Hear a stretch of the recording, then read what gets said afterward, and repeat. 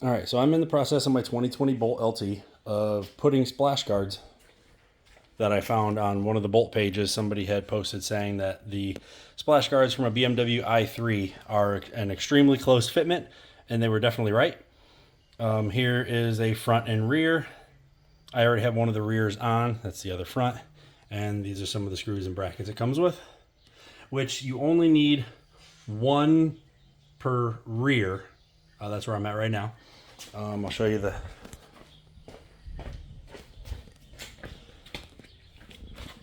So, these have the carbon fiber look to them. I think they have the non-carbon fiber look, but under there is the one that I had to put in. Otherwise, I use the two wheel well screws. One right there and one... You can see it down there. The middle hole, that's a hole that came in the mud flap that I don't use, or the splash guard. The bottom one is one that I had to drill. And the one underneath, I also had to drill. It was in the mud, it was in the splash guard already, but I just had to drill through the bumper. There's nothing behind it. I'll show you on the other side when I get into doing that, how I mount the rears. And just in case you're wondering how I have it jacked up, I'm just using the hitch. And I have 4x6s. I had one placed over here, but I don't need it anymore. Just in case the jack decides to give up. So first things first, I have to measure the distance from that screw down to the bottom screw. On the other side, I believe it was 5 5/8 of an inch. And that will go from this hole right here down to somewhere right here. I'll just measure it, mark it with a Sharpie. Just drilling a 1/4 inch hole, which basically matches that one. And that would go from there. Got it marked with a Sharpie. I'm gonna drill it out with a 1/4 inch drill bit. And the Torx wrench you use on these bolts is a T15. All right, so I drilled the hole.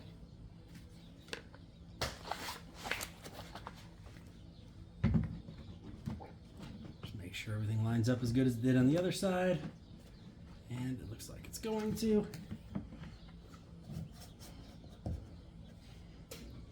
So now I'm gonna take out the two T15s and get this thing mounted using these two. And these are the OEM screws again. And once I get it mounted in place, I can drill the hole from the bottom to use one of the screws that this thing came with, that the splash guards came with. Excuse me.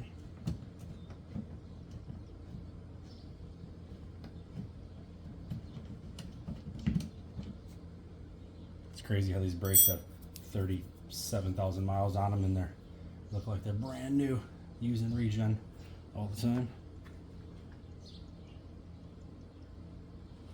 All right, little brain fart there. Let's get this thing put on.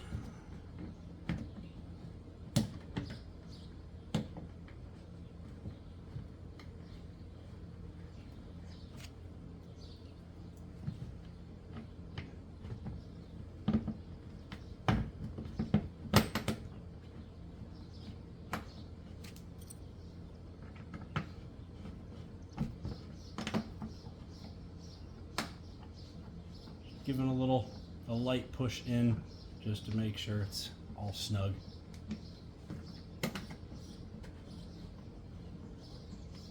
All right, we are clean there.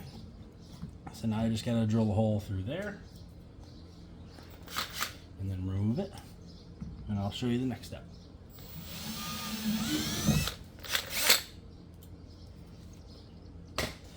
So now I take it back off.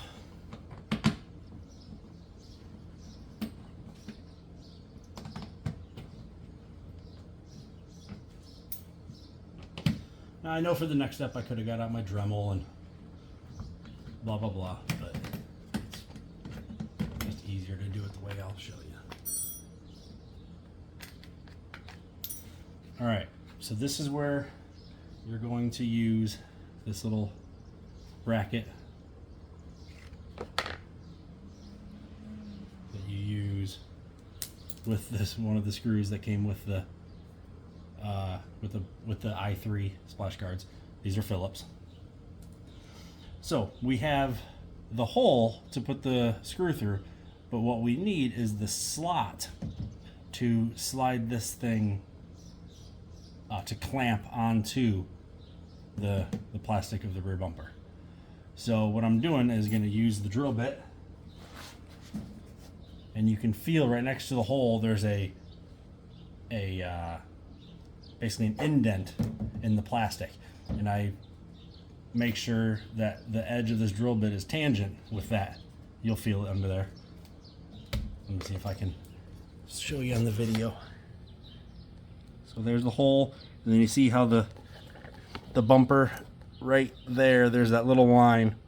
You want to have the drill bit go right there. You don't want to cut into the plastic closer to the hole. You want to stay over here on this side of it, but get it right up against that. So let's do that and see how it goes. It goes as good as the other side.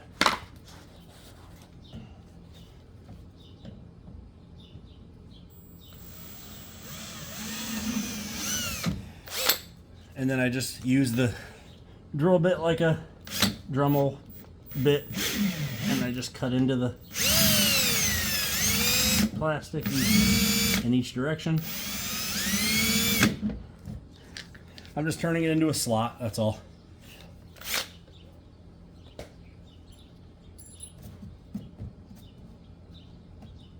Might not be the prettiest, but it gets covered up by the splash guard anyways.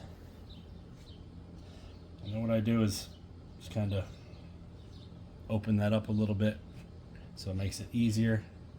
And you want the end that it threads into going up inside.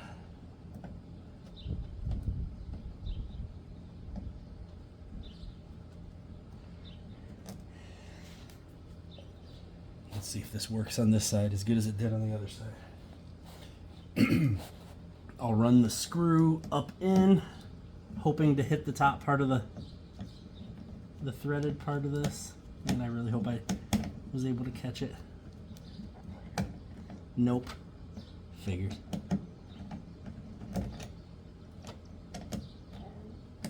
Basically what I need to do is clamp it back down. If you remember, I spread it open just to be able to get it in there. So what I'm going to do is remove this third. This is what I had to do to figure out what. This is what I had to do on the driver's side to figure out how to get that thing clamped. Since I couldn't run this screw up and tighten it using the screw. So just peel back the liner. And then just reach in and squeeze it. And then just run the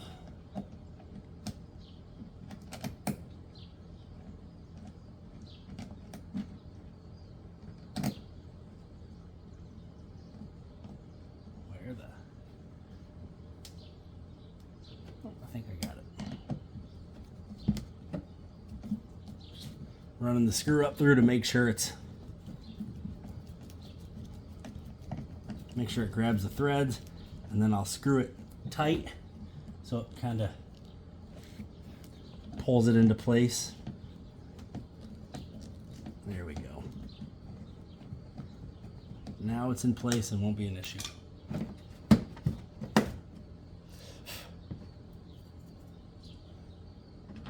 Start the third one. Actually, I can just tighten that.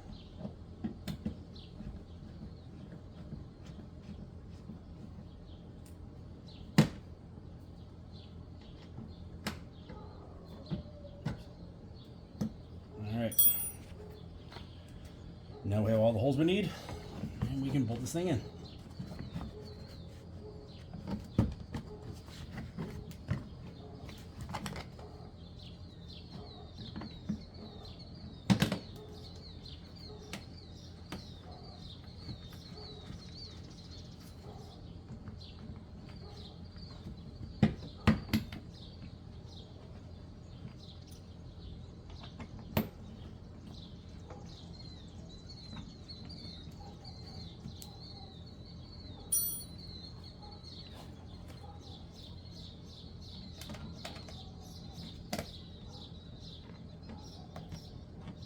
Nice.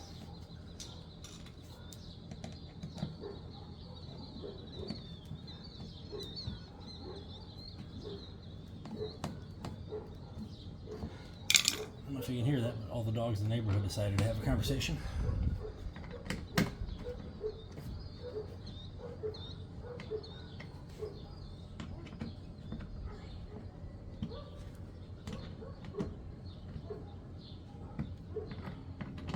Just need to get these snug. All right, that's that.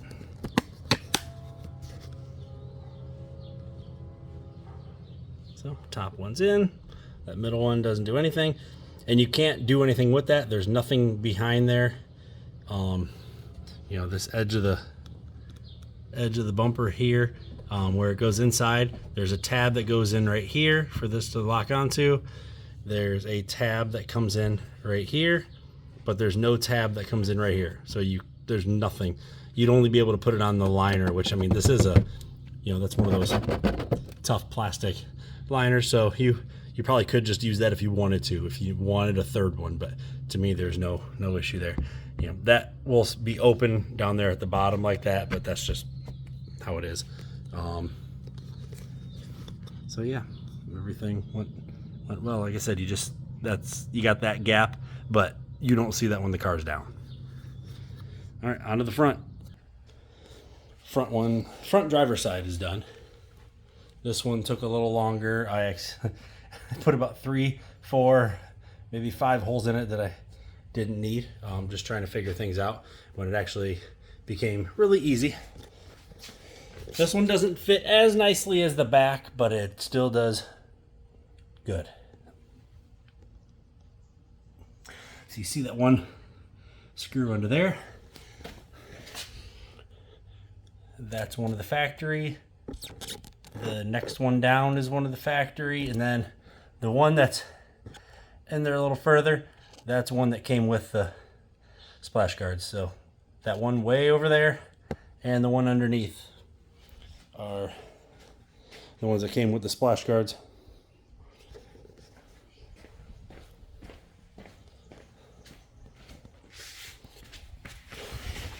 All right, so you'll end up reusing this one,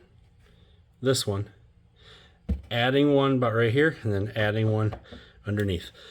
The only holes that I'm drilling, I'll have the 2 through holes for these 2 in the splash guard, and then the one that's over here and the one underneath. Those I'm using, I believe it's about a 30. No, I think it's a 16th bit, and I'm not using one of the small metal brackets on the backside. This one's just getting threaded into the plat. Those two are threading into the splash guard and then threading into the in through here to the plastic on the other side. There's a lip that's about 1/2 inch tall running along right there. And then again, using those 2. And then underneath, I wait till I have these 3 all complete, and then I drill a hole using that 16th bit up through kind of as far back as I can, staying about 3/8 of an inch in from each side, and then that just helps keep it from kind of moving front to back a little bit. But that's all. So it took me a lot longer on the other side just because I was figuring things out, but now that I know what I need to do, this one ain't going to take long at all. So the hardest part here is you really got to push this thing up a little bit, because otherwise it sits down really low, and then from the back side you can see a massive gap. So when you push up, it fills in that gap. So that's all. And what I'll do is let me grab my Sharpie, and just so I know how far to push up every time, and so it's the same every time, I'll get this thing where I want it, and then I'll just draw a Sharpie line going across right there and there, so that way I always know. I mean, you can do it here too if you want, so you know how far over to go. So that's that. I mean, you could even trace that if you wanted to. And then it's just figuring out where the holes are for this bolt and this bolt or screw. So what I'll kind of do is come way out over here and draw a line. Come out over here and draw a line that's across from it. And then up here. So that way, just come in here, get that thing lined up, bring that line over, bring that line down, and right there's for that one. This one's a little more difficult because I can't do it from both sides. But you can kind of see the hole, or the bolt. So I'll just make where this hole is, I'll just put a point, and I can see that point's right there. I just need to come down and over a little bit from there. So the hole's about right there. You'll end up breaking into that hole a little bit, but that's fine. This thing's big enough, it'll cover both of them. So we got that hole. So these two holes right here don't get used for anything. And then this one is just one that I make on my own using the 16th bit. So we'll go ahead and get these drilled.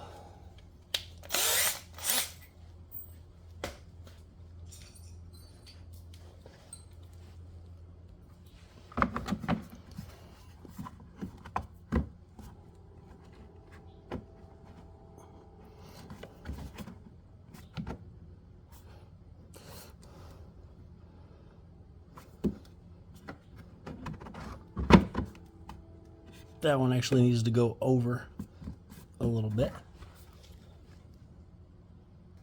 So it's okay if you have to end up slotting that hole. That bolt head will cover it anyways. So we are good now. Perfect. All right, we'll get those two bolts screws out of here. All right, so those two bolts are on. And so you can see this thing still moves just a little bit. I mean, that's maybe moving half an inch at the very bottom here. So what we're going to do is take a 16th drill bit and just go in there and then run in one of the screws that came with the splash guards, and then we'll do the same thing from the bottom side. I need to move this.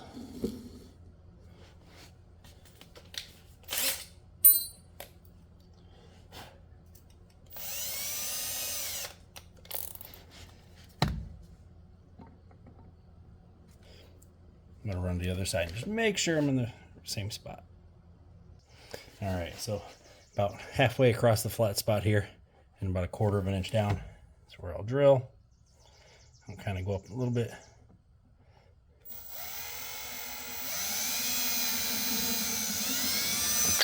There's nothing back there you're going to hit. I had the other side apart to make sure.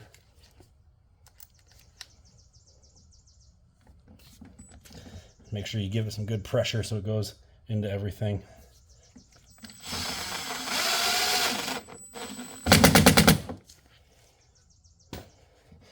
And that will strip very easy, so don't get too aggressive on it.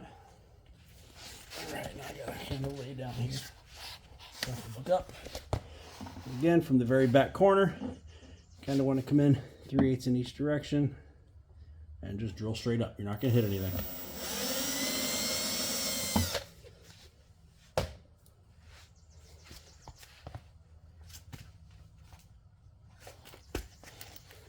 Use one of the screws that came with the splash guards.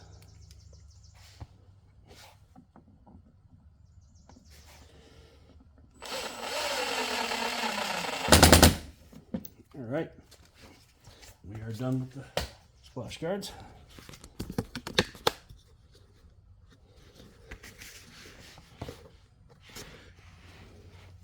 There's what I was doing underneath. Very small gap right here at the end. That's it. Now otherwise it sits pretty good. Obviously that's there. That little indent right there is there for something on the i3, but barely noticeable in these cars. And then I think you can find these in the non-carbon fiber. I really didn't care either way. I just wanted to get some on here. I think every car I've ever owned I've had a set on. Just a car doesn't look complete without them, in my opinion. So, and it kind of saves shit from getting thrown up on the sides, but these tires aren't wide, so it's not a big deal. So that's that. I will put the car back together or put the wheel back on and get it down, and then wait till the morning because it is 9 o'clock, 9:30, getting dark. So we'll get some sunlight and get some pictures at it.